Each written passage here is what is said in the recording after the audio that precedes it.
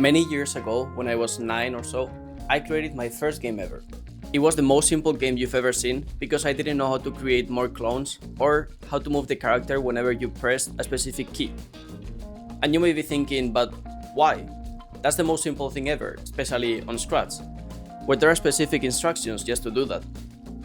Well, to answer that, I was dumb and I didn't know that you could actually translate Scratch. And in case you didn't notice by my accent, I'm from Spain, so I didn't speak English. Everything just looked like weird drawings to me.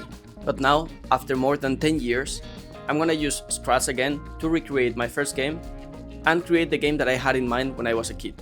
This game was basically like a whack-a-mole, but since I didn't know how to spawn new objects on the scene, whenever you clicked on the cookie, which was the enemy, it will move to a different position. So now I have to make a proper whack-a-mole as well as create the same game that I made when I was a kid. Okay, so to start, I'm gonna search for a cookie sprite and Scratch doesn't have one, so I will have to do it myself.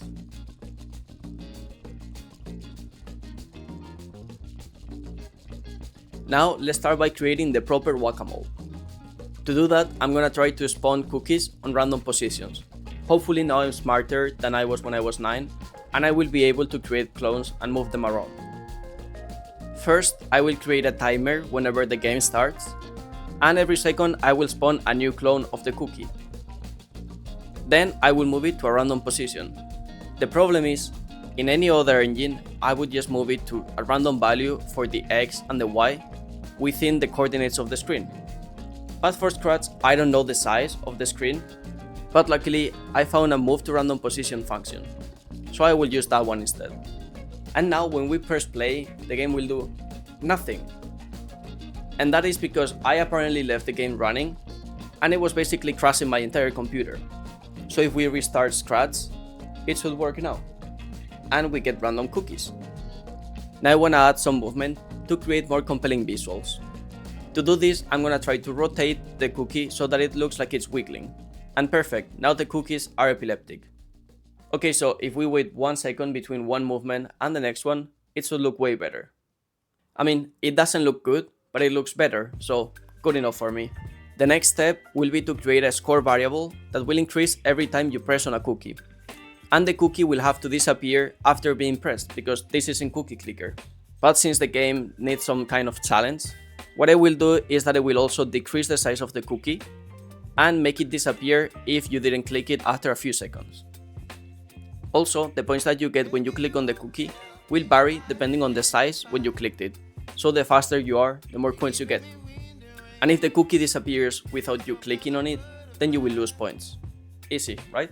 But that is exactly the problem. It's too easy. So I will create a difficulty variable. The way this works is by taking the number 30, which is the game duration, and then subtracting the current time. Then we divide this by 5 to increase the difficulty every 5 seconds. And to that we will add 2 to make the game a little bit harder. So now the difficulty should go from 2 to 7 depending on how long you've played. But that doesn't do anything on its own, so what I will do is I will change the timers, and instead of waiting 1 second, I will wait 2 divided by the difficulty. So it will get faster, spawning more and more cookies, and they will also decrease the size and disappear faster. And with that, the game is technically ready. 9-year-old me will probably be really proud. Or maybe not, because the game is still trash, but at least I made it. By the way, before we continue recreating the first game that I ever made, I wanna let you know that the demo for my first commercial game is already out and you can play it for free on Steam. But I found a few errors on the game, so any feedback will be incredibly valuable. You can fill a survey that you will find in the game's menu, or you can send me an email or comment down below. And with that out of the way, I will now recreate my first game as it was. First, I can start by removing all the clone stuff because I didn't know how to use clones. So all the code will be contained within the first sprite. We can still maintain the score system, which increases every time you click on the cookie. But the problem is, since the cookie will no longer disappear, there is no way for the player to lose points. I would like to implement a more complex system. For example, waiting for a few seconds after you click the cookie, and if you don't click it again, then you will lose points. But I didn't figure out how to do that on Scratch. So instead, I will just reduce your points every second. This way, at least you will have to click faster and you won't be able to just play during the first few seconds, get a lot of points, and then stop playing without any negative consequences. Next, we need to move the cookie every time you click it.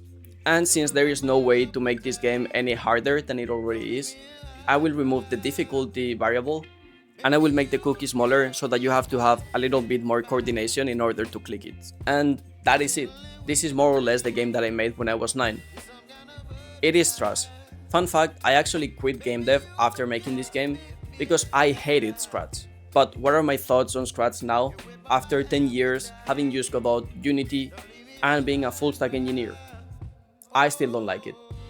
It is really simple and it is more visual than other programming languages. But I think that if you're over the age of 14, I would always recommend using Unity, Godot, or GameMaker Studio.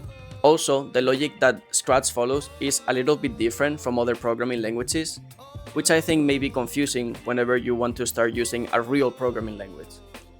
I know that there are many Scratch fanboys out there. I hope you don't hate me for saying this. Maybe there is an audience for it, but I think it's on the younger side.